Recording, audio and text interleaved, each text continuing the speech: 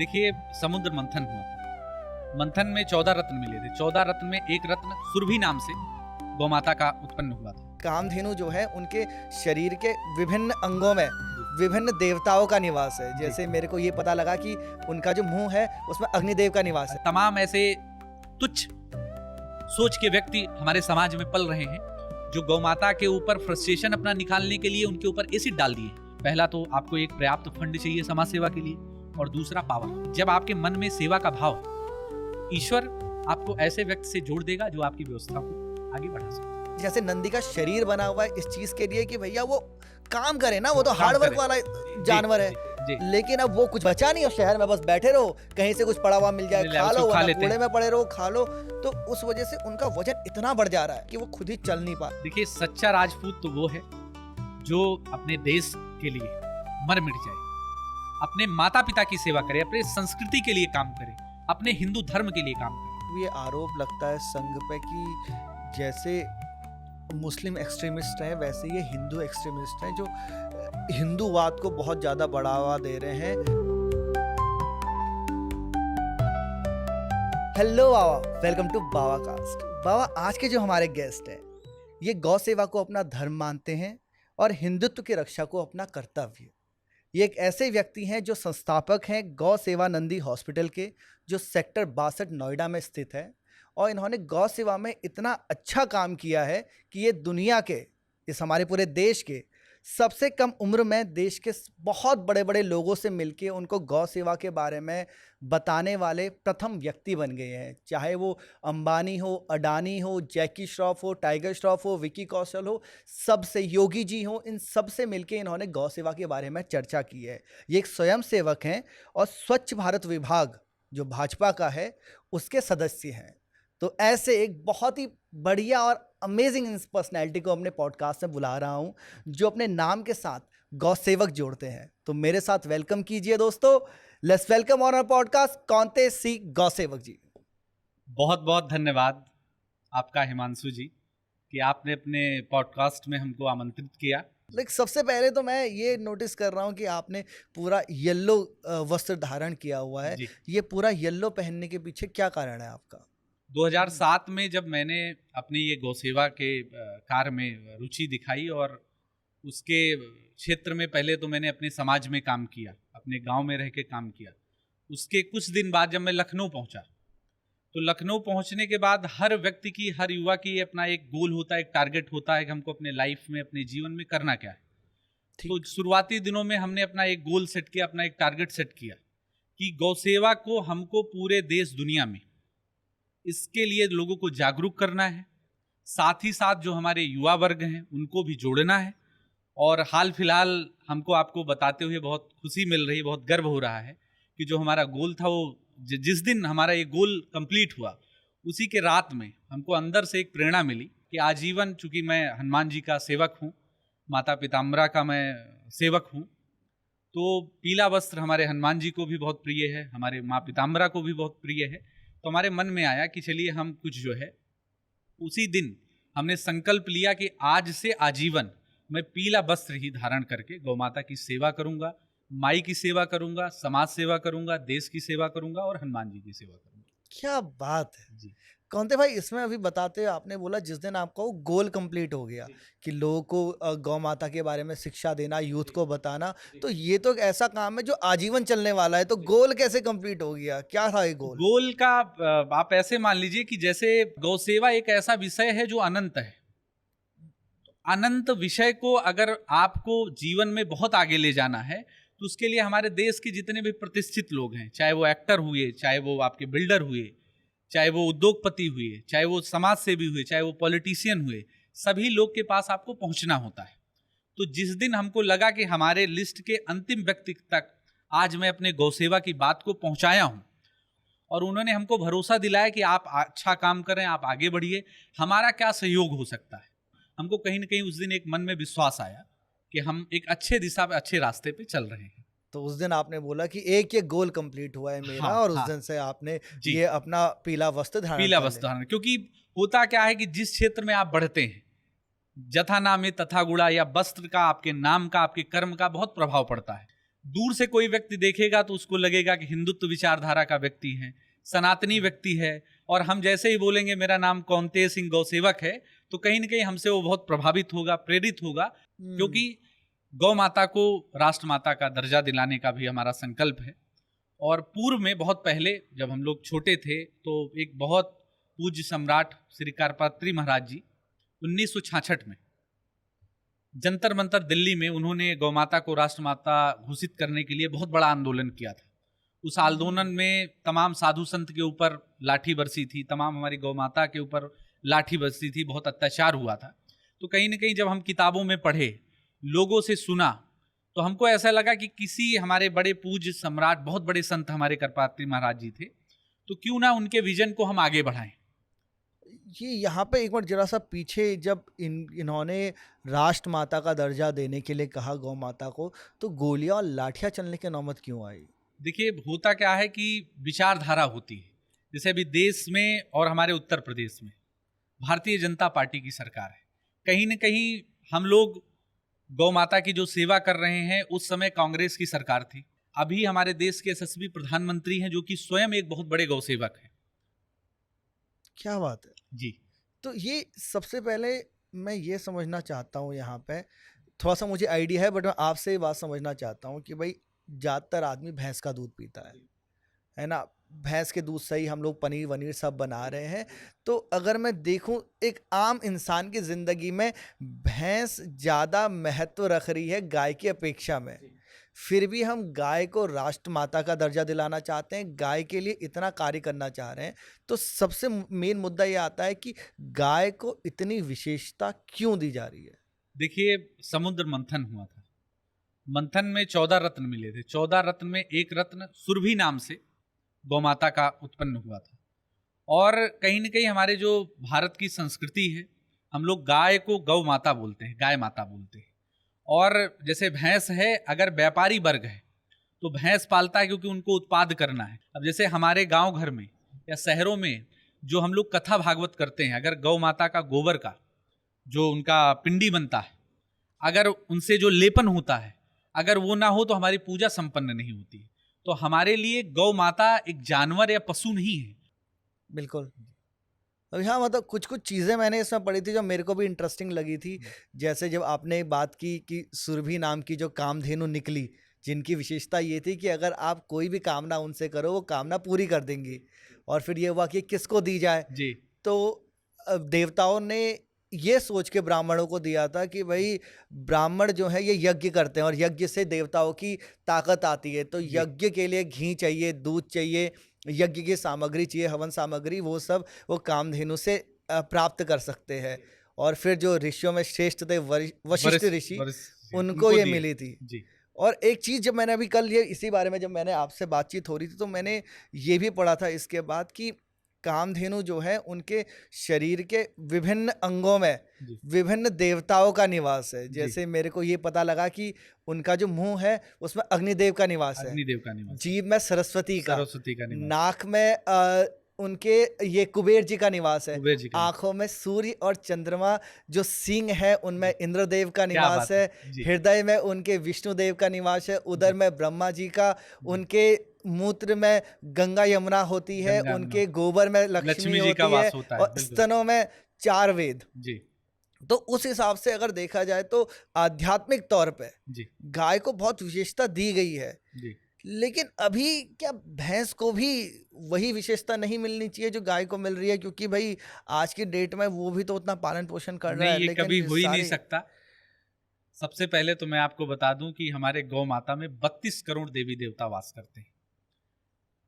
हम सभी का मानना है कि जो भी व्यक्ति गौ सेवा करता है वो समझिए साक्षात ईश्वर की सेवा कर रहा है। तो भैंस और गाय में तो बहुत अंतर है। कौनते भाई, जैसे मैं एग्री कर रहा हूँ आपकी बात से जी, लेकिन यहाँ पे ये भी देखा जाता है कि अब जो गौ सेवक जो अपने को गौ सेवक बोल रहा है ना, उसे एक गुंडे की कैटेगरी में रखा जाने लगा है। क्योंकि भाई लोग ना ऐसे मारपीट करते हुए खुद को बड़े चौड़ से गौ सेवक कह रहे हैं कि आज इसकी ऐसी खबर आई कि भाई शायद ये इंसान गाय का मीट बेच रहा है, चाहे वो बेच रहा हो या ना बेच रहा हो, उसको जाके उसकी दुकान तोड़ दी, उसको मार दिया और चिल्ला चिल्ला के खुद को गौ सेवक बोल रहे हैं। तो गौ सेवकों का ना धीरे धीरे एक डर पैदा हो रहा है समाज में, उसके बारे में आप क्या बोलेंगे? तो जो भी गौ सेवक हैं वो हिंदूवादी दिमाग के हैं, हिंदूवादी नेचर के हैं। जब उनके सामने कोई ऐसा दृश्य दिखता है, चाहे किसी गौ माता का मांस काट के किसी दुकान में रखा होता है, या कोई गौ माता को ट्रक से लेकर अन्य प्रदेशों में काटने के लिए लेके जा रहा होता है, तो कहीं ना कहीं वो अपने आप को रोक नहीं पाते हैं। अपनी जो उनकी फीलिंग है वो बाहर निकल आती है। कई बार आपने देखा होगा, फिर रोक के वो लोग गाड़ी तोड़ना शुरू कर देते हैं, रोक के कई बार मारपीट करना शुरू कर देते हैं, कई बार पुलिस को सूचना देते हैं। तो इसको तो मैं सभी अपने देश के जितने भी गौसेवक हैं, मैं सभी को कहना चाहता हूं कि हमारे लिए तो बहुत कठिन समय रहता है, बहुत, क्योंकि जिनको आप माता बोल रहे हैं, अगर आपके सामने उनका मांस काट के रखा गया है, उनको गाड़ी पे लोड करके रखा गया है, जब आप उनका तिरपाल उठाते हैं, पल्ली उठाते हैं, और आपको देखने को मिलता है कि कुछ घंटे बाद, कुछ दिन बाद हमारी गौ माता को काटा जाएगा, तो आप उस समय को महसूस कर सकते हैं कि आपके दिल पे कोई लाइन आर्डर समझ में आएगा? किसी बात को सोचकर आप अपने आप को रोक पाएंगे? तो जो आप बात कह रहे हैं कि हमारे गौसेवक लोग गुंडे प्रवृत्ति के हैं, तो मेरा यह मानना है कि वो समय, वो पल, वो फीलिंग, आप उसको इस भाषा में बोलते हैं, मैं उस भाषा में नहीं, ऐसे बोल सकते हैं कि वो लोग अपनी आपा को खो देते हैं। अभी उत्तर प्रदेश में आपने देखा है कि हमारे योगी आदित्यनाथ जी ने जगह जगह गौ सेवा के लेकर तमाम इतनी अच्छी अच्छी व्यवस्था बना दी है। प्रतिदिन एक गौ माता को 30 रुपया उत्तर प्रदेश सरकार दे रही है, और जगह जगह गौ आश्रय बनाई हुई है। जो गौ माता आपको रोड पे घूमते दिखती थी, गांव में घूमते दिखती थी, बहुत सारे लोग दूध निकाल के उसको छोड़ देते थे, अब जगह जगह प्रधान जी के द्वारा, बीडीओ के द्वारा, माननीय हमारे जितने भी गौ सेवा आयोग के जो कर्मचारी बंधु हैं, उनके द्वारा जगह जगह व्यवस्था बनाई गई है, चल रहा है। लेकिन अभी पिछले कुछ दिनों में बहुत सारी समस्या ऐसी थी गौ सेवा को लेकर जो 100% सॉल्व नहीं हो पाई। उसका रीजन ये है कि पूर्व में जितने भी हमारे गौवंश थे वो रोड पे नहीं घूमा करते थे, उनको कटने के लिए भेज दिया जाता था, या वो खुद ही कहीं गाड़ी के आगे एक्सीडेंट उनका हो जाता था। अभी क्या है कि हमारे उत्तर प्रदेश में जितनी भी हमारे गौवंश हैं वो सारे लोग सुरक्षित हैं, घूम रही हैं, और ये बहुत ज़रूरी भी है। जैसे मुझे याद है, मैं एक किसी पार्टी में गया था जहाँ पे कुछ हमारे जर्मनी से मित्र आए हुए थे, तो उन्होंने मुझसे यही सवाल बोला कि यार अगर तुम गाय को माता मानते हो, जो मैंने सुना है तुम्हारे बारे में, तो गाय तुम्हारी सड़क पर क्यों घूम रही है, प्लास्टिक क्यों खा रही है? जी जी। और वो बड़ी असर से दिल को तोड़ने वाली बात थी, कि सच तो है। बिल्कुल बिल्कुल बिल्कुल।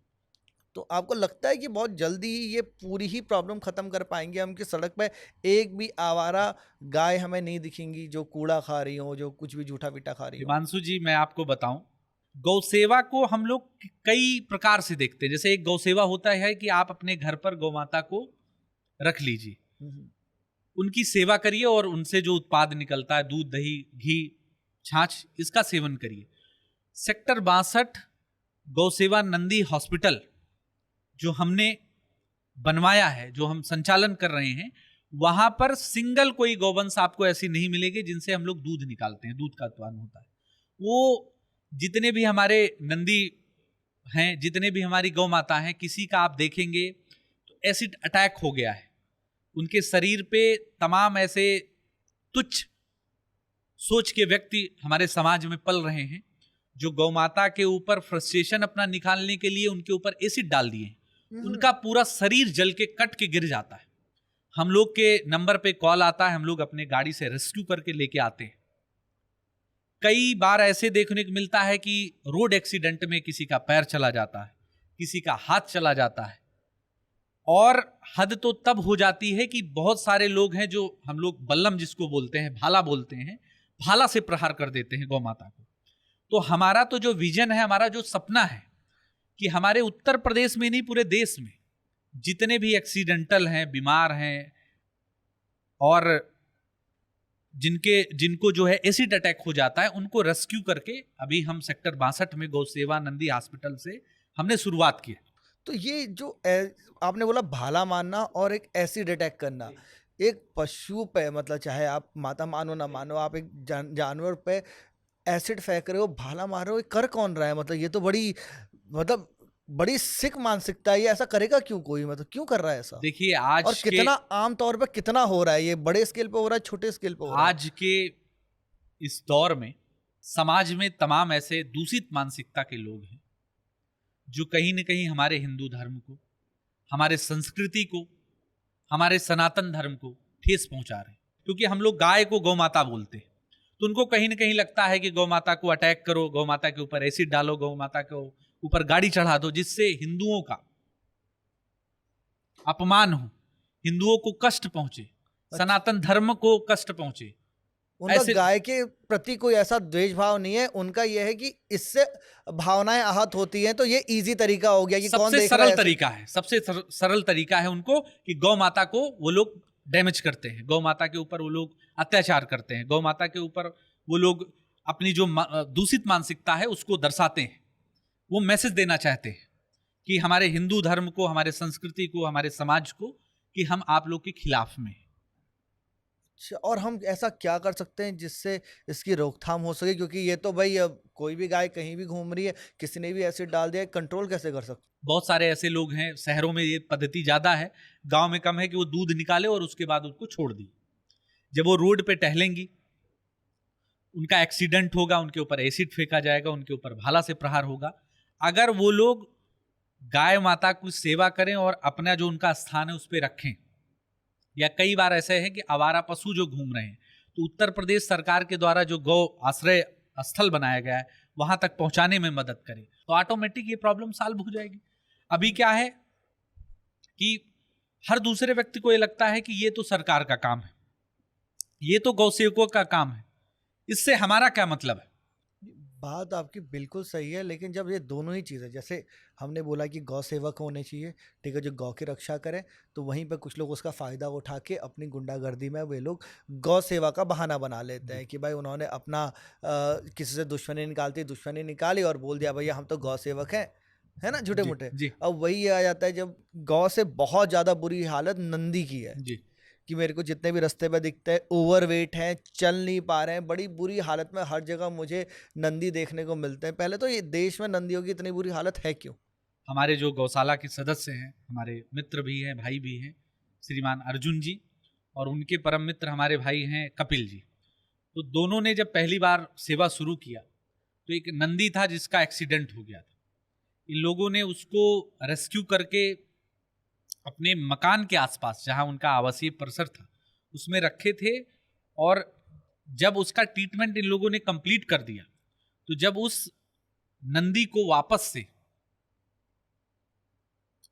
जहां पर सरकार की व्यवस्था है, एक जो आश्रम बनाया गया है, जाने लगा, तो इन लोग के मन में एक प्रेरणा आई। उसी समय उस नंदी को ना ले जाने के लिए, मतलब अपनी बात रखे और सरकार से और जो गौ सेवा आयोग है उससे अपनी बात रखे, और उसी दिन से ये लोग गौ सेवा नंदी हॉस्पिटल का शुरुआत किया। उस समय ये लोग एक नंदी बाबा लेके आए थे, और आज के डेट में लगभग 600 नंदी और गौ माता मिला के ये लोग रेस्क्यू करके काम कर रहे हैं। हमारी जब इनसे भेंट मुलाकात हुई, हमने देखा और बहुत मैं प्रेरित हुआ, बहुत प्रभावित हुआ। उन्होंने बोला कि भैया जिस दिन आपने हमारे गौशाला में, हमारे हॉस्पिटल में आपने विजिट किया, इसके बाद से हमको एक अंदर से ऐसा फील हो रहा है, ऐसा प्रतीत हो रहा है कि अगर आपका साथ मिल जाए तो हम इस सेवा को एक बड़े रूप में ले जा सकते हैं। ठीक। तो हम तीनों लोग मिलकर इस गौ सेवा नंदी हॉस्पिटल को बढ़ा रहे हैं, और मेरा ये सपना है कि जैसे नोएडा सेक्टर 62 में गौ सेवा नंदी हॉस्पिटल है, ऐसे पूरे देश में हर जिले में एक गौ सेवा नंदी हॉस्पिटल बने। बिल्कुल। ये जब नंदी का एक आता है मुद्दा, तो मुझे 3-4 चीज़ें समझ में आई इसमें। पहली तो ये है कि जैसे अब गाँव में भी जो छोटे छोटे खेत, जैसे मैं तो उत्तराखंड से आता हूँ ना, तो हमारे यहाँ चौड़े खेत नहीं होते हैं, ऐसे ऐसे ऐसे वाले होते हैं, लैडर वाली क्रॉपिंग होते हैं, छोटा छोटा खेत होता है। तो उधर पे भी इस्तेमाल करने के लिए जो हमारा पौराणिक तरीके से, लाइक कई सालों से हम लोग बैलों से जुताई करते थे, लेकिन अब वहाँ पे भी छोटा ट्रैक्टर आ गया है जी, छोटा हाथ से अपना आप चला सकते हो और बढ़िया काम हो जाता है। तो वहाँ पे भी बैलों की ज़रूरत ख़त्म हो गई है। तो अब सिंस जितनों के भी बैल थे, ये सब थे, इन्होंने सबने अपने घर से भेज दिया कि जंगल चले जाओ। शहरों में ये हो गया कि ऐसे ही छोड़ दिया कि भैया जो भी है सड़कों में आप अपना देख लो। तो इस वजह से मुझे एक ये प्रॉब्लम समझ में आई कि भाई मार्केट में नंदी या बैल की संख्या बहुत बढ़ गई है। जी दूसरा क्या हो रहा है कि इन जब बैलों को छोड़ा जा रहा है तो और बैल उत्पन्न ना हो, तो उसके लिए या और मतलब ये लोग कुछ और ना करें, तो इसलिए इनकी नसबंदी कर दी जा रही है। तो जैसी नसबंदी होती है तो उससे इनका कुछ हार्मोनल चेंज होता है, इससे वजन बढ़ता है। ऊपर से जितना भी लोगों का तला भुना बासी होता है वे लोग नंदी को फेंक देते फेंक हैं, देते हैं। तो वो भी खा ले रहे हैं। और एक जैसे नंदी का शरीर बना हुआ है इस चीज के लिए कि भैया वो काम करे ना, वो काम तो करे। हार्ड वर्क वाला जी जानवर है। जी लेकिन अब वो कुछ बचा नहीं और शहर में बस बैठे रहो, कहीं से कुछ पड़ा हुआ मिल जाए मिल जाए खा उसको लो, खा वरना लेते कूड़े हैं। में पड़े रहो खा लो। तो उस वजह से उनका वजन इतना बढ़ जा रहा है जी और कभी कभी एक्सीडेंट जिससे चोट वोट भी लग जा रही है कि वो खुद ही चल नहीं पा रहे हैं। चल नहीं पा रहे हैं, बिल्कुल ठीक है। तो ये एक बहुत बड़ा चैलेंज आ रखा है। इसको सॉल्व करने के लिए जैसे एक तो आपने बताया कि ठीक है आपने एक गौ सेवा नंदी हॉस्पिटल खोला जिसमें आपने 600 गाय और नंदी आपने अपने पास रखे हुए हैं, लेकिन बाकी पूरी जो शहर है उससे नंदियों को कम करने के लिए या इनको एक अच्छा जीवन देने के लिए क्या काम हो रहा है? अगर हम इसको ऐसे देखें कि हमारे जो नंदी हैं शंकर जी का स्वरूप है, हम लोग जो हमारे गौसेवा नंदी हॉस्पिटल में जितने भी हमारे नंदी हैं उनको हम लोग शंकर के ही स्वरूप में देखते हैं। क्या मैं बात तो विगत कई वर्षों से, अभी सावन आ रहा है, पूरे सावन में प्रत्येक सोमवार को मैं उन्हीं नंदियों के बीच में बैठ के भगवान भोलेनाथ का रुद्राभिषेक करता हूँ। हनुमान जयंती के दिन वही बैठ के हनुमान जी का हनुमान पाठ करता हूँ और हवन पूजन करता हूँ। तो अगर जितने भी हमारे भारतवर्ष के लोग हैं, जितने हिंदू धर्म लोग हैं, जैसे गाय को गाय माता बोलते हैं, मानते हैं, वैसे नंदी को शंकर जी का रूप मानेंगे, उनका पूजा करेंगे, उनकी सेवा करेंगे, उनका भी एक रहने की व्यवस्था करेंगे, तो ये भी प्रॉब्लम सॉल्व हो जाएगी। इसके अलावा सरकार भी इसमें सहयोग कर रही है, चाहे वो केंद्र की हो चाहे प्रदेश की हो। नहीं, बिल्कुल मैं एग्री कर रहा हूँ। और आपको एक ये मैंने एक ये सनातन की एक कहानी पढ़ी थी। जी सनातन के एक बहुत महान ऋषि थे, शिलाद ऋषि। तो उन्होंने कभी गृहस्थ जीवन स्वीकार नहीं किया और उन्होंने, लेकिन उनको एक पुत्र चाहिए था। जी तो उन्होंने बहुत तगड़ा यज्ञ और तप किया और शिव को प्रसन्न किया अपने तप से, कठोर तप किया उन्होंने। जी और शिव प्रसन्न होके जब उनको दर्शन दिए तो उन्होंने शिव जी से बोला कि मेरे को ना एक पुत्र चाहिए। तो शिव ने कहा ठीक है तथास्तु, तुम्हें एक पुत्र होगा और ये जो आप हवन कर रहे हैं ये हवन की अग्नि से ही वो पुत्र पर आपका उत्पन्न होगा। तो शिव चले गए और एक पुत्र उत्पन्न हुआ उस अग्नि से और उस पुत्र का नाम शिलाद ऋषि ने रखा नंदी। नंदी।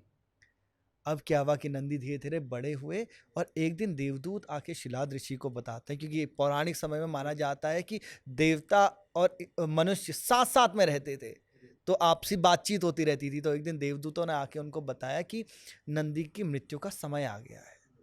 और इस बात को लेके शिलाद ऋषि जो थे वो बहुत दुखी हुए और उन्होंने नंदी को ये बात बताई कि अब आपकी मृत्यु का समय आ गया है। जी तो नंदी बोले अगर मृत्यु का समय आ गया है, लेकिन ना मैं मरना चाहता हूँ ना आप चाहते हैं कि आपका पुत्र मरे, तो जो मृत्यु पर विजय पाने वाले हैं शिव, जी मैं उनकी तपस्या करूंगा, उन्हें प्रसन्न करूंगा।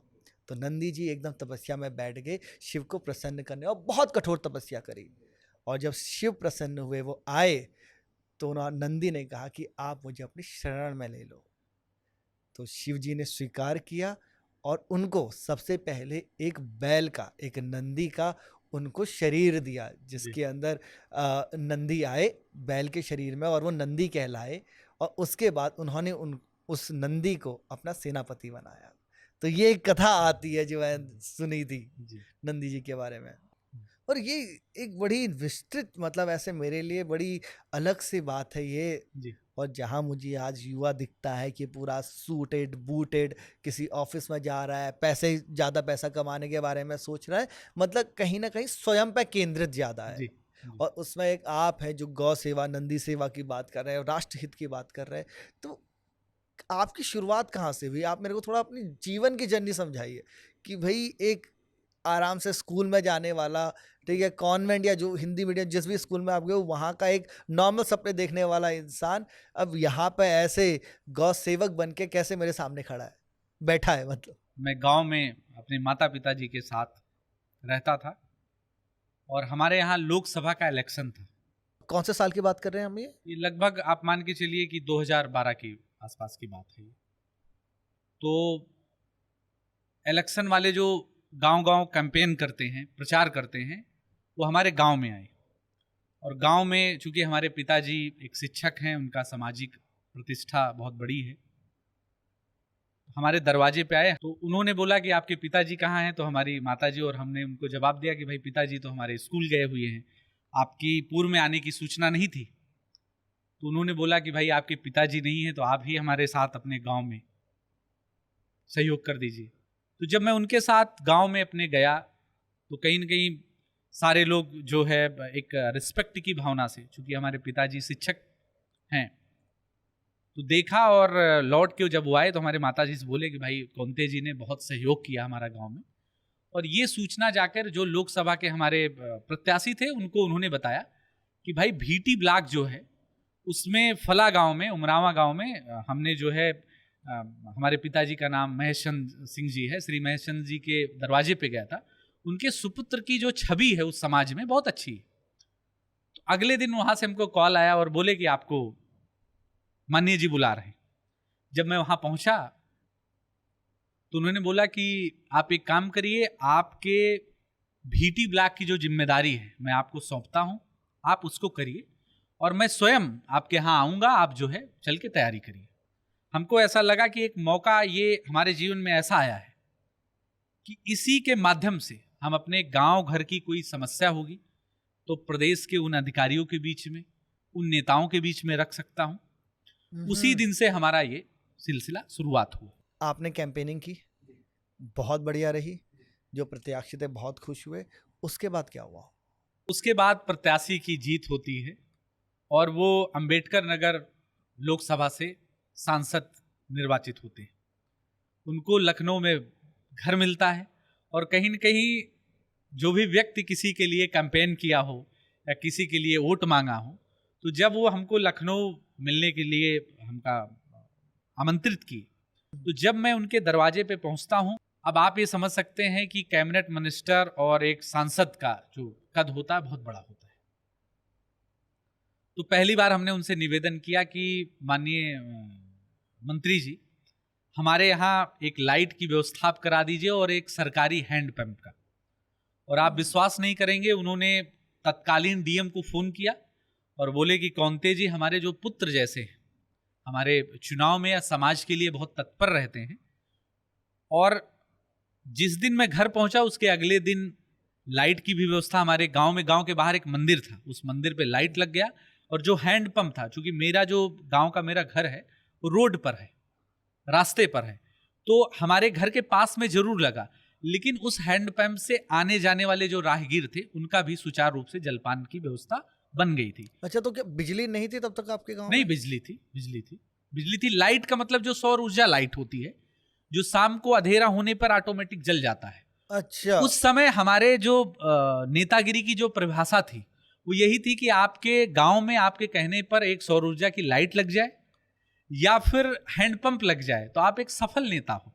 वहां से ही मेरी शुरुआत हुई और कहीं न कहीं दोनों चीज करने के बाद हमारा जो एक कॉन्फिडेंस था, हमारा विश्वास था, उसका लेवल बहुत बढ़ गया कि मैं तो और काम कर सकता हूं, मैं तो और अपने समाज के 4 चीजों को रख सकता हूं वहां पे जाके। इसी सिलसिला के बीच में मैं लखनऊ पहुंचा। अब आप गांव से निकलकर उत्तर प्रदेश की राजधानी में पहुंचे हैं, आपको किससे मिलना है, क्या करना है, किस विषय में आपको आगे बढ़ना है। तो पार्टी कार्यालय होता है, भारतीय जनता पार्टी का कार्यालय है, समाजवादी पार्टी का कार्यालय है और मुख्यमंत्री का रेजिडेंस जो है। तो मैं बाई डिफॉल्ट सीएम साहब के आवास के बाहर पहुंच गया पूछते पूछते। हालांकि मेरे मन में सदैव से ये था कि हमको कहीं न कहीं अपने गांव घर की जो समस्या है, अपने गौ माता के लिए जो सेवा करना है, इसको बड़े स्केल पे करना है, बड़े लेवल पे करना है। और आपसे मैं बताऊं कि मेरा ये जो सिलसिला शुरू हुआ, तमाम पत्रकार वर्ग से हमारी दोस्ती हो गई, तमाम पत्रकार वर्ग का सहयोग मिला। बंधु कैसे? अब उसमें ऐसा हुआ कि एक माननीय मुख्यमंत्री जी का कार्यक्रम लगा, जो कि उसमें हमने पार्टिसिपेट किया। पहला मेरा वो कार्यक्रम था माननीय मुख्यमंत्री जी का। कार्यक्रम खत्म होता है और जो फोटोग्राफर होते हैं, फोटोग्राफर से पिक्चर क्लिक होती है, तो हमको लगा कि इस बात को अगर हम अपने माता पिताजी को, अपने समाज के लोग को अगर बताएंगे कि मैं आज के डेट में उत्तर प्रदेश के यशस्वी मुख्यमंत्री से हमारी मुलाकात हुई है, तो हमको ऐसे अंदर से लगा कि हो सकता है इस बात को कोई माने कोई ना माने। तो जब ये प्रोग्राम संपन्न हुआ तो मैं कुछ लोग को देखा कि वहां पर बैठे थे, मैंने बड़े विनम्र भाव से जाकर तुमने कहा भाई साहब ये जो पिक्चर आपने हमारी क्लिक की है, हालांकि फोटोग्राफर वो लोग तो मैगजीन के थे, पत्रकार थे, उनका तो पेशा फोटो देना नहीं होता है, ना तो फोटो खींचना होता है। 10-12 लोग थे, कुछ लोग हमारी बातों को सुनकर नजरअंदाज कर दिए। उसमें से 1-2 लोग ऐसे थे तो उन्होंने बोला कि आप एक काम करिए, मेरा नंबर नोट करिए और रात में 8-9 बजे के बाद हमको मैसेज करिएगा, मैं आपकी पिक्चर आप तक भेज दूंगा। ठीक है। मैं बारिश में जो है वृक्षारोपण भी करता था, अभी भी करता हूँ। सफाई अभियान में मेरी बड़ी रुचि थी, मैं समय समय पर सफाई अभियान भी चलाता था। तमाम ऐसी संस्थाओं से जुड़कर समाज में कई बार भोजन की व्यवस्था कराना हो गया। सबसे जो मेरा मुख्य काम था, समाज के हमारे जितने भी लोग उपचार के लिए लखनऊ आते थे, सुबह मेरी 7 से 8 बजे हमको कॉल आ जाता था कि भाई साहब मैं आपके क्षेत्र से फला बोल रहा हूं और मुझको पीजीआई हॉस्पिटल में फला समस्या को डॉक्टर को दिखाना है। उनके आने के पहले मैं हॉस्पिटल में पहुंच जाता था, चूंकि मेरे पास कोई पार्टी का पद नहीं हुआ करता था। डॉक्टर से अपना परिचय देकर घंटों वेट करता था वहां पे।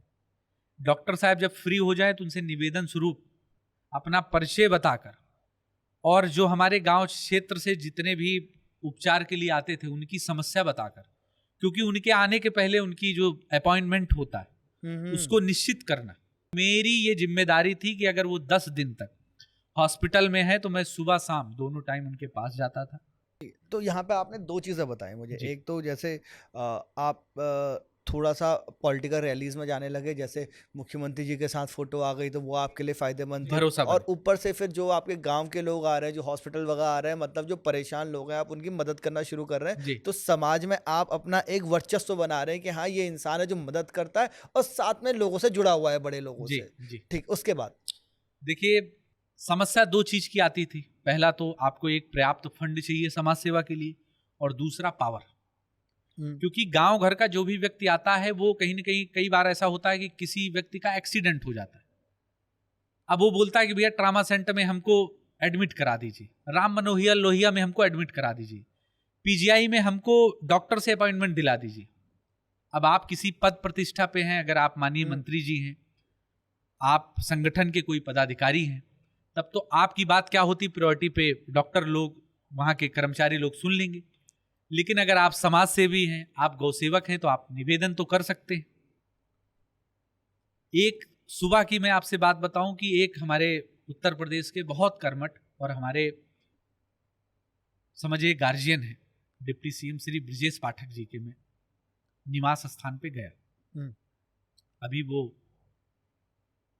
मेडिकल के स्वास्थ्य के जो है वो मंत्री हैं हमारे प्रदेश सरकार में। जो उनकी सुबह की सेवा होती है, जनता सेवा होती है, जनता सेवा करके वो पूर्ण कर लिए। शुरू से मेरा जो समाज सेवा था, जो मेरा गौ सेवा था, सारे मंत्री लोग, सारे विधायक लोग, माननीय मुख्यमंत्री जो, राज्यपाल महोदया, सारे लोग हमको बहुत सम्मान देते हैं। तो जब उनका जनता सेवा कंप्लीट हुआ तो हमारा जब उन्होंने हालचाल पूछा तो उनके पास किसी व्यक्ति का सडनली फोन आता है कि माननीय मंत्री जी पीजीआई में फला व्यक्ति को बेड चाहिए। जैसे उन्होंने फोन काटा, उन्होंने पीएस को बुलाया, चूंकि वो भी बहुत एक्टिव रहते हैं, लोगों की सेवा करते हैं। उन्होंने बोला कि फला फला डिटेल है और फला व्यक्ति को बोलो कि इनको वहां पे बेड दिला दे। जैसे ही ये बात वो बोले, हमने उनसे निवेदन किया, हमने कहा माननीय मंत्री जी, मैं भी डेली इन समस्याओं से जूझता हूं, परेशान होता हूं, अगर आपका थोड़ा सा इशारा हो जाए तो हमको मदद करने में आसानी हो जाएगी। उन्होंने तुरंत अपने पीएस से बोला, इनको वो नंबर शेयर कर दो जो पूरे उत्तर प्रदेश के पीजीआई हो, चाहे राम मनोहर लोहिया हॉस्पिटल हो, चाहे आपका ट्रामा सेंटर हो, इनका जो भी एडमिट हो भाई मरीज का हो, इनका तुरंत वो प्राथमिकता पर देखे और वो दिन है कि आज का दिन है। सामने वाला व्यक्ति कौन है ना मैं उसका नाम जानता हूं ना उसका पद जानता हूं, वहीं से हमको नंबर मिला। उस नंबर पे मैं पर डे प्रतिदिन 8 से 10 मरीज को, किसी दिन राम मनोहर लोहिया में, किसी दिन ट्रामा सेंटर में, किसी दिन पीजीआई में, एक व्हाट्सएप बना के डाल देता हूं, पेशेंट नेम, दिक्कत क्या है और अटेंडेंट नेम। तुरंत उसके नंबर पे हॉस्पिटल से कॉल चला जाता है, उसको एडमिट कर लिया जाता है, उसका सुचारू रूप से दवा पानी हो जाता है। तो कहीं न कहीं आपसे मैंने बोला नहीं कि जब आपके मन में सेवा का भाव है, ईश्वर आपको ऐसे व्यक्ति से जोड़ देगा जो आपकी व्यवस्था को आगे बढ़ा सकता है। तो अभी मेरे को जैसे यहाँ पे एक चीज़ समझ मेरे को यहाँ तक था कि आप योगी जी से मिले। योगी जी से मिलने के बाद इतने राजनेताओं के साथ आपके अच्छे संपर्क हो जाना, उसके बीच कड़ी क्या थी? कैसे आप इधर से इधर तक पहुँचे जहाँ पे कि आप सीधे माननीय मंत्री जी से मिल पाए और उनसे ये वाली बातें कर पाए? जो जनता दरबार है उसमें तो बहुत लोग आते हैं। तो जितने भी हमारे माननीय मंत्रीगण हैं, माननीय मुख्यमंत्री जी हैं, हमेशा वो सब भी ये देखते हैं, समझते हैं कि समाज का कौन सा ऐसा व्यक्ति है जो समाज की छोटी छोटी दिक्कतों को हमारे पास तक लेके आ रहा है। तो चाहे वो हमारे माननीय मुख्यमंत्री जी हों, चाहे हमारे उत्तर प्रदेश के दोनों डिप्टी सीएम हो या माननीय मंत्रीगण हो, उनको कहीं ना कहीं ऐसा लगा कि समाज का कोई ऐसा व्यक्ति है जो समाज के लिए, गौसेवा के लिए, लोगों के लिए काम करना चाहता है, इसका सहयोग करो, इसकी मदद करो। तो मुझको ऐसा लगता है कि मैं राजपूत होकर उन लोग का जो भाव होता है वो ऐसा होता है कि मतलब तुरंत कोई बात मैं कहता हूं, चाहे उनसे मिलने का समय मांगता हूं, चाहे गांव घर की कोई समस्या, त्वरित रूप में वो तुरंत उसको सॉल्व कर देते हैं। सही। यहाँ पे आपने ये भी 2-4 बार मेंशन किया कि आप एक राजपूत है जी। एक राजपूत मतलब अगर मैं बोलूँ एक सच्चा राजपूत कौन होता है? देखिए, सच्चा राजपूत तो वो है जो अपने देश के लिए मर मिट जाए, अपने माता पिता की सेवा करे, अपने संस्कृति के लिए काम करे, अपने हिंदू धर्म के लिए काम करे। ना तो मैं नॉनवेज खाता हूँ, ना मैं अल्कोहल का सेवन करता हूँ, ना मैं किसी नशा पदार्थ को सेवन करता हूँ। तो कई बार समाज में क्या होता है कि जब मैं अपने समाज में जाता हूँ तो हमसे लोग कहते कौन से यार राजपूत हो तुम, ना तो तुम कुछ खाते हो ना पीते हो। तो कहीं ना कहीं उनको भी मैं बताना चाहता हूँ कि राजपूत होने का मतलब ये नहीं है कि आपसे गांव समाज का जो निचले पायदान के लोग हैं वो डरे। आपके सामने कोई बैठे तो उसको ये लगे कि ये राजपूत है, मैं फला हूं। राजपूत का सही मतलब ये होता है जो हमने सीखा, जो हमारे संस्कारों से मिला, जो हमने समाज में लोगों से बात किया, समझा। अब गौ सेवा क्या है? गौ सेवा राष्ट्र सेवा है। तो गौ सेवा को सबसे मजबूती से जो बात रख रहा है राजपूत, सनातन धर्म को जो अलग जगह रहा है राजपूत, चाहे वो ब्राह्मण परिवार हो, चाहे वो और वर्ग के लोग हो, सारे वर्ग के लोग के साथ में मिलके गौ सेवा करता हूं। हमारे टीम में ऐसे कोई जात, ऐसे कोई धर्म के लोग नहीं है जो जुड़े ना हो। तो राजपूत का सबसे बड़ा कर्तव्य तो यही है कि सभी लोग को जोड़ के रखो। सही बात जी। यहाँ से जैसे कि अभी आपने मेरे को अपने वाले टाइम के बारे में बताया, जब आप नेताओं से मिले, आपने ये बताया कि आपका जो सेवा भाव था हॉस्पिटल का वो आप कैसे सुचारू रूप से कर पाए, और आप एक राजपूत हैं जिसके बारे में अभी आपने चर्चा की। तो वहाँ से अब आप वो हैं जो अंबानी की जो वेडिंग थी, जो अभी अनंत अंबानी जी की वेडिंग थी, उसमें आप सदस्य थे। आप उसके अलावा अडानी से मिल चुके हैं, आप बॉलीवुड सेलिब्रिटीज से भी आपकी अच्छा परिचय है। तो ये वाला फेस कहाँ से चालू हुआ, कहाँ से इन लोगों से मिलना चालू हुआ? क्योंकि ये वाला आपका यूपी की बेल्ट से बहुत अलग है ग्रुप, कैसे मिले? जब भगवान राम का मंदिर बना, चूंकि मैं अयोध्या से निवास करता हूं, तो जिस दिन मंदिर का प्राण प्रतिष्ठा होने वाला था, उस समय माननीय प्रधानमंत्री जी और हमारे उत्तर प्रदेश के यशस्वी मुख्यमंत्री जी के द्वारा एक कार्यक्रम चलाया गया था मंदिरों में साफ सफाई का। मैं मंदिर प्राण प्रतिष्ठा होने के 10 दिन पूर्व मैं अयोध्या में अपना प्रवास किया, और अयोध्या जिले में जितने भी मंदिर हैं, सारे मंदिरों में सुबह 4 बजे अपने साथियों के साथ पहुंचकर मंदिर की साफ सफाई, मंदिर की धुलाई और फिर वहीं पर आरती में सम्मिलित होता रहा। करते करते करते सिलसिला ये बढ़ा। जो राम जन्म भूमि क्षेत्र का जो कार्यालय बना है, कल प्राण प्रतिष्ठा होने वाला था और आज की सुबह मैं राम जन्म भूमि क्षेत्र तीर्थस्थल क्षेत्र कार्यालय में मैं झाड़ू चला रहा हूँ सुबह 4 बजे। जैसा कि मैंने आपसे बताया कि संघ ही व्यवस्था राम जन्मभूमि की देख रही थी। एक भाई साहब थे जिनकी नजर पड़ी हमारे ऊपर और उन्होंने बोला कि आप ये जो सफाई का काम कर रहे हैं इसको करके फला जगह मेरा कार्यालय है और आप आके हमसे मिलिए। हमने सफाई कंप्लीट कर लिया और जब उन भाई साहब से जाकर हमने अपना प्रणाम किया तो उन्होंने बोला कि आप ये काम कब से कर रहे हैं। मैंने बताया कि भाई साहब हमको 10 दिन हो गया। तो उन्होंने बोला कि आप एक काम करिएगा, आप सुबह हमसे मिलिएगा, आपको मैं कोई जिम्मेदारी इस प्राण प्रतिष्ठा महोत्सव में दूंगा। मैं सुबह 4 बजे भाई साहब के कार्यालय पहुंचता हूं। हमारी उनकी मुलाकात हुई, मैंने उनसे प्रणाम किया, हमारी उनकी बातचीत ही हो रही थी। उनसे जो सीनियर थे वो उनका टेलीफोन आता है कि भाई साहब आप एक काम करिए, आप फटाफट कोई एक ऐसा हमको नौजवान दीजिए जो एयरपोर्ट पे हमारे जो अतिथिगण आ रहे हैं उनके स्वागत में लगे और थोड़ा सा एक्टिव हो। अब ये मेरा सौभाग्य था कि भाई साहब के पास जब ये कॉल आया तो मैं सामने ही बैठा था और वो खुद ही इस सोच में थे कि मैं इनको कौन सी जिम्मेदारी दूं। जैसे फोन कटा उन्होंने हल्का सा हमारे तरफ स्माइल किया और उन्होंने बोला कि आधार कार्ड लाए हो? हमने कहा जी भाई साहब लाया हूं। बोले दो। उन्होंने तुरंत बोला कि आपको तत्काल प्रभाव में यहां से एयरपोर्ट पे जाना है।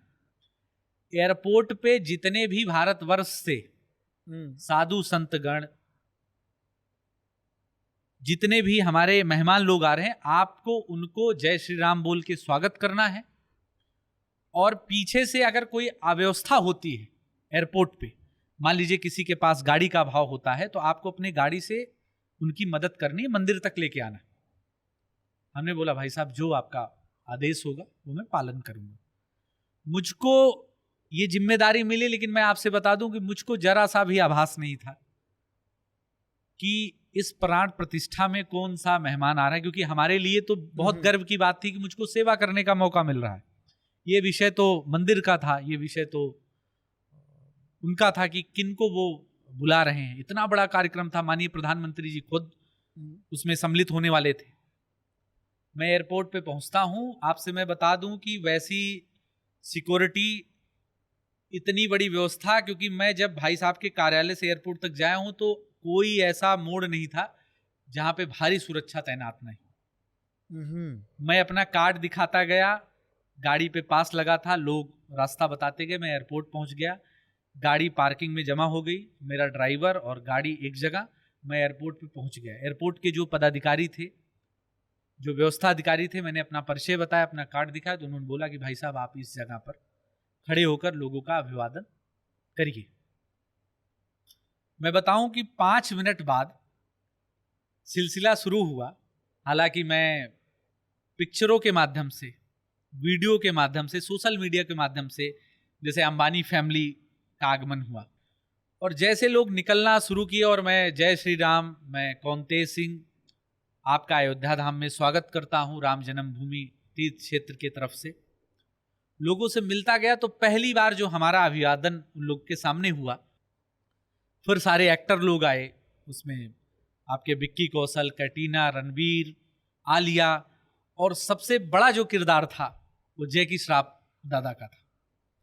वो पहुंचे और पहले वो ऐसे व्यक्ति थे कि जो नंगे पांव आए थे, गाड़ी में बैठे वो भी चले गए। तमाम साधु संत को हमको अभिवादन करने का मौका मिला।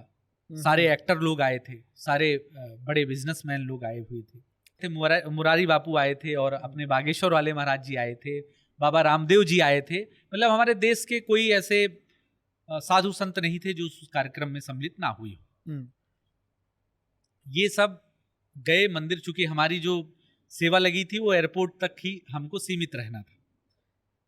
फिर वापस से जब इन लोग लौटने का सिलसिला शुरू हुआ तो ऐसा सौभाग्य था कि अंबानी फैमिली में श्रीमान अंबानी जी स्वयं, मुकेश अंबानी जी,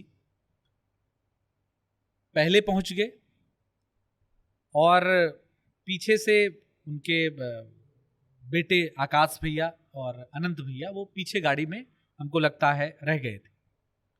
तो वो जब पहुंचे स्टार्टिंग में अकेले उतरे, मैं सेवा में खड़ा था, तो मुझको लगा कि ये अच्छा मौका है गौ सेवा के बारे में उनसे 1 मिनट हम चर्चा कर लें।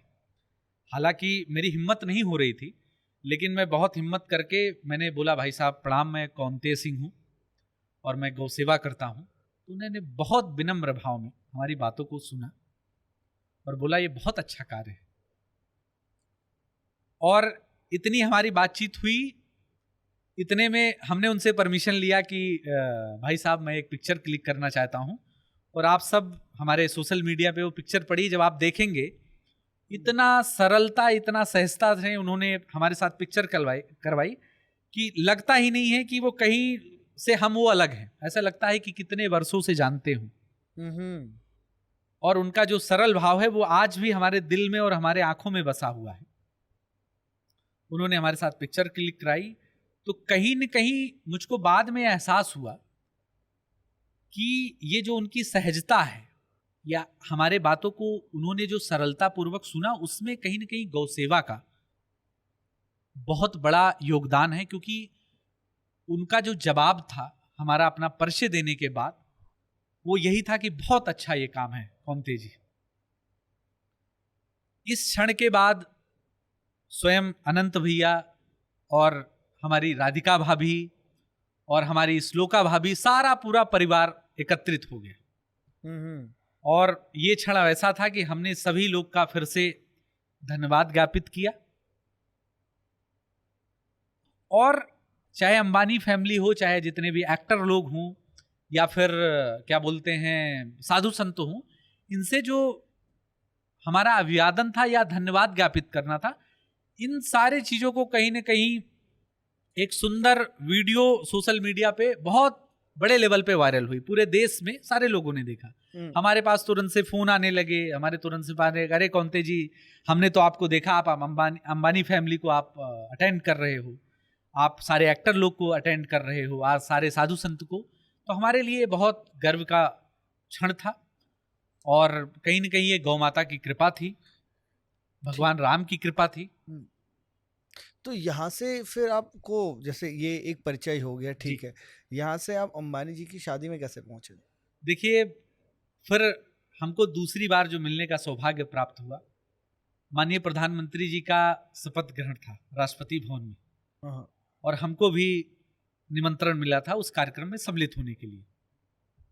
माननीय प्रधानमंत्री जी शपथ ले लिए, सारे केंद्रीय मंत्री लोग का शपथ ग्रहण हो गया, और फिर वो होता है कि एक दूसरे से लोग अभिवादन करते हैं। मेरी नजर पड़ी सामने अनंत भैया, जो जम्मू कश्मीर के राज्यपाल महोदय हैं, हमारे बहुत ही गार्जियन स्वरूप हैं, श्री मनोज सिन्हा साहब, उनसे बात कर रहे थे। मैं पास पहुंच गया, पहले बाबूजी को मैंने प्रणाम किया, फिर अनंत भैया को मैंने प्रणाम किया। अनंत भैया फिर वही अपने सरल स्वभाव से हमारे बातों का जी जी प्रणाम। तो हमने कहा भैया मैं कौनते सिंह, आपको अयोध्या एयरपोर्ट पे प्राण प्रतिष्ठा वाले दिन, हाँ हाँ हाँ बताइए कैसे हैं आप। पहले उन्होंने मेरा हालचाल पूछा, परिवार का हालचाल पूछा। तो हमने बोला भैया आपका आशीर्वाद है, भगवान की कृपा है, गौ माता की कृपा है, सब बहुत अच्छा है।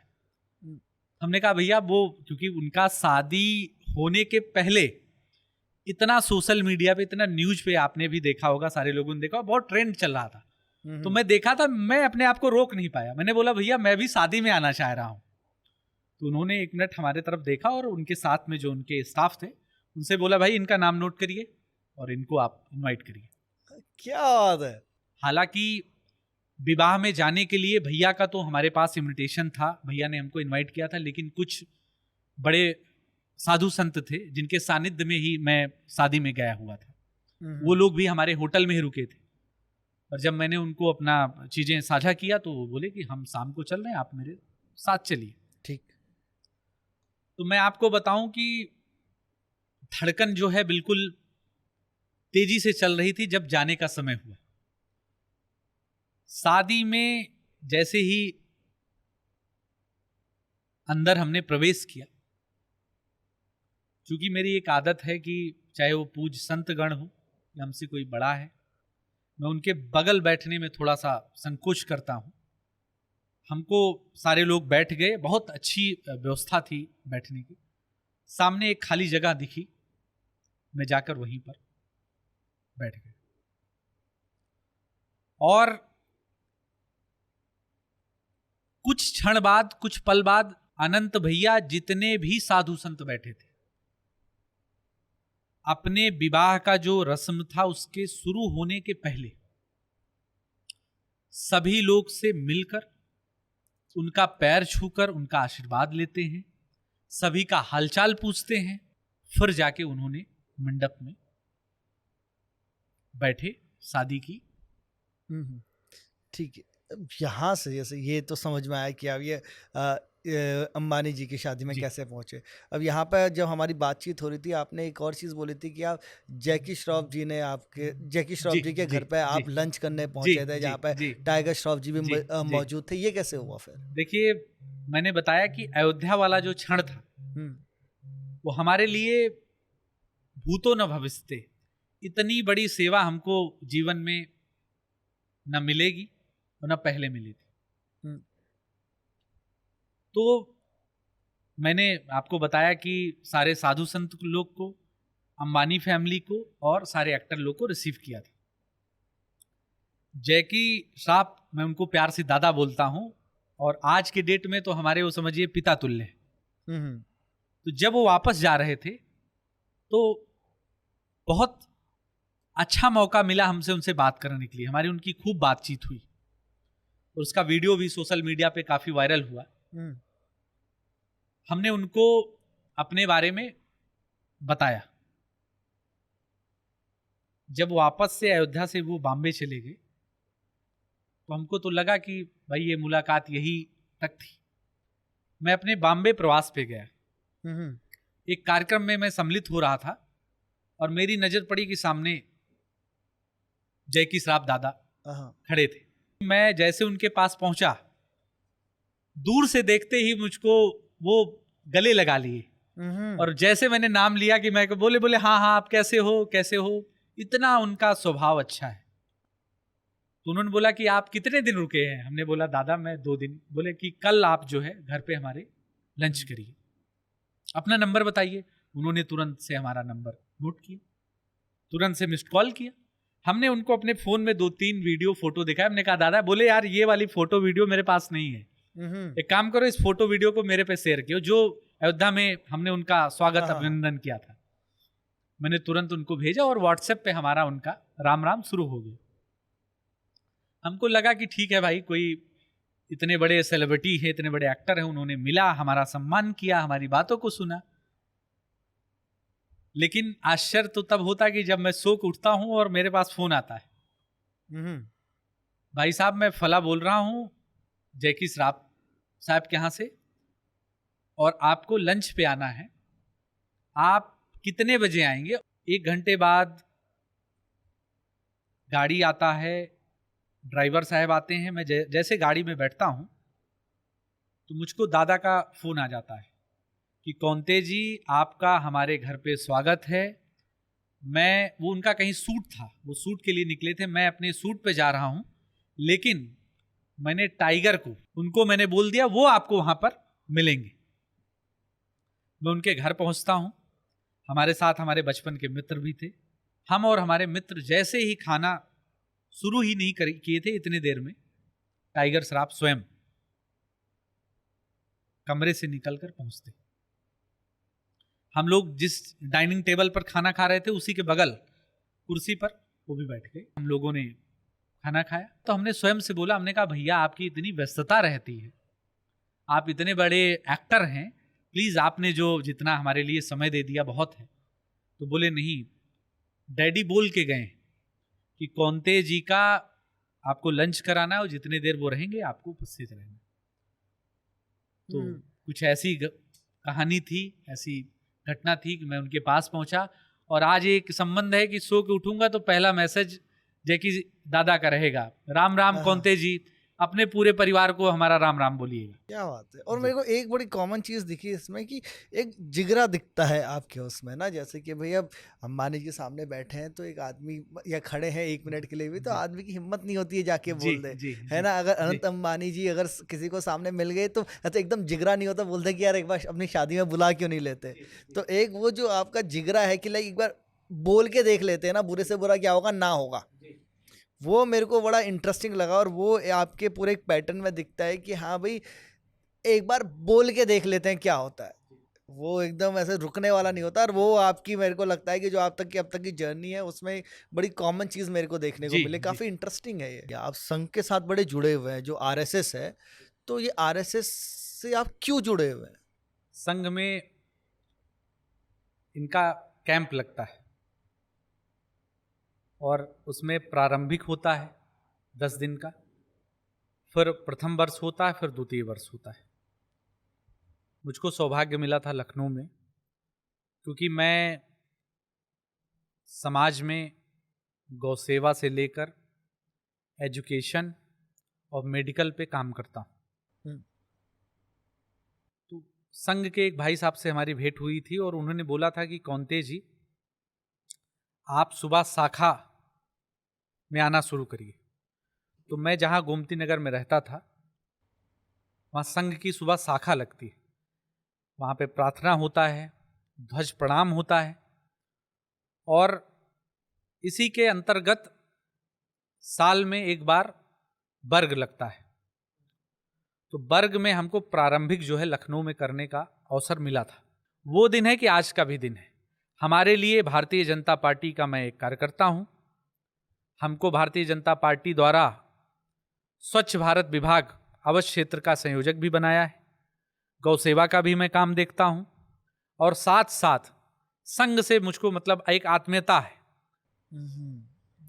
और जो एक बार कभी कभी ये आरोप लगता है संघ पे कि जैसे मुस्लिम एक्सट्रीमिस्ट हैं वैसे ये हिंदू एक्सट्रीमिस्ट हैं, जो हिंदूवाद को बहुत ज़्यादा बढ़ावा दे रहे हैं और एकदम एक मुस्लिम विहीन देश की कामना करते हैं। क्या ऐसा आपको कुछ अनुभव हुआ? ऐसा बिल्कुल नहीं। संघ की परिभाषा है आपस में भाईचारा, प्रेम।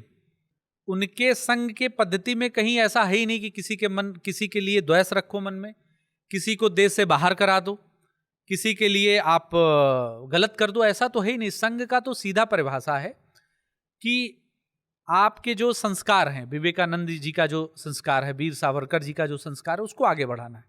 और चाहे संघ का संस्कार हो, चाहे वीर सावरकर जी का संस्कार हो, चाहे विवेकानंद जी का संस्कार हो, इन सारे संस्कारों में कभी तो अलग है ही नहीं है। भाईचारा है, प्रेम है, हिंदुत्व है, इसी को बढ़ाना है, इसी को संघ कहते हैं, यही परंपरा है। अब हम लोग को तो वही सिखाया गया है ना कि सो उठ के आपको भगवान को प्रणाम करके अपने दिनचर्या को शुरुआत करनी है, गौ माता को सेवा करनी है, भोजन करने के पहले भोजन मंत्र पढ़ना है, समाज का कोई परेशान व्यक्ति हो उसकी मदद करनी है। यही संघ की परिभाषा है। क्या वो किसी भी वर्ग से, चाहे वो किसी भी वर्ग से हो, हम लोग करते भी हैं।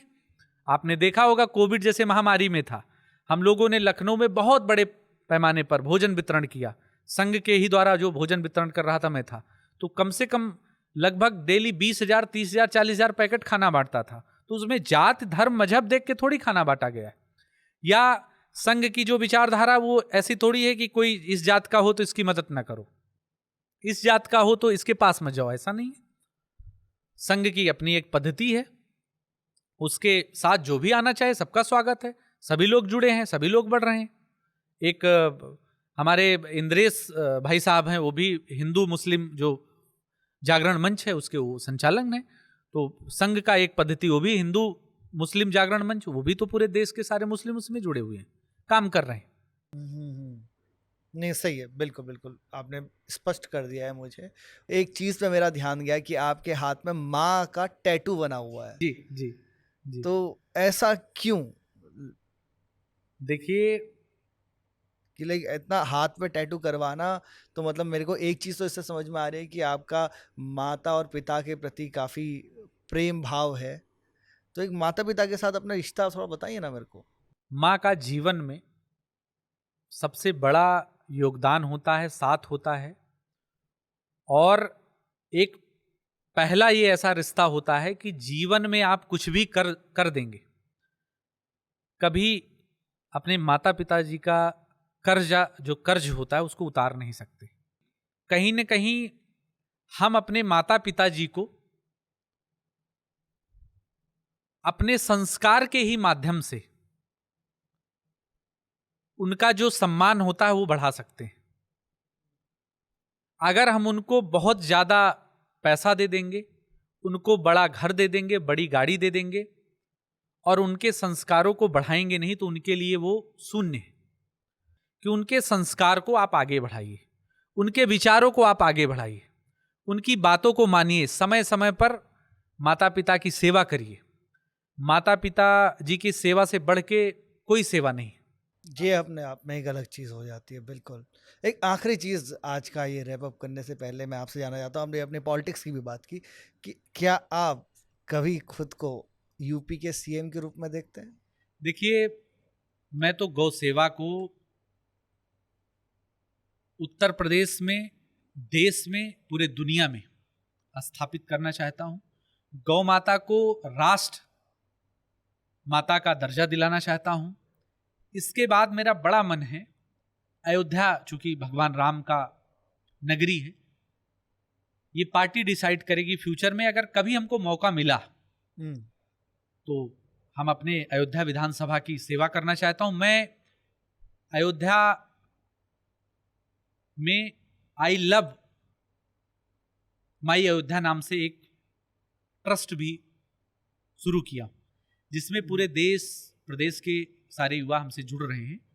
तो उस ट्रस्ट के माध्यम से, या कभी फ्यूचर में पार्टी हमको मौका देगी किसी पद के लिए, या वहां से चुनाव लड़के, मैं अयोध्या की सेवा करना चाहता हूं। रही बात मुख्यमंत्री बनने की, रही बात पार्टी में सेवा करने की, मैं तो आपसे सदैव से बोला हूं, राष्ट्र हित में, पार्टी के हित में, देश के हित में कभी भी हमको कोई अवसर पार्टी सौंपेगी, हमारे समाज के लोग सौंपेंगे, तो मैं बहुत निष्ठा ईमानदारी से उसका निर्वहन करूंगा। बिल्कुल कौनते भाई, और यहाँ पे मुझे लगता है समय की थोड़ी पाबंदी है कि आज की चर्चा को हमें विराम देना पड़ेगा। जी कौनते भाई, बहुत मजा आया आपसे बात करने में। बहुत बहुत धन्यवाद। राधे राधे। जय गौ माता की। जय गौ माता। जय गौ। तो बाबा, ये था आज का हमारा पॉडकास्ट कौनतेक सिंह गौ सेवक के साथ, जिसमें हमें बहुत मज़ा आया और काफ़ी कुछ पता चला है हमें पॉलिटिक्स के बारे में, गौ सेवा के बारे में, और एक इन जनरल एक डेयरिंग लाइफ जीने के बारे में। तो अगर आपको भी मज़ा आया तो मुझे कमेंट में बताइए, पॉडकास्ट को शेयर कीजिए, और मैं मिलता हूँ आपसे अगले एपिसोड में। तब तक के लिए अपने ख्याल रखिए बाबा। राधे राधे।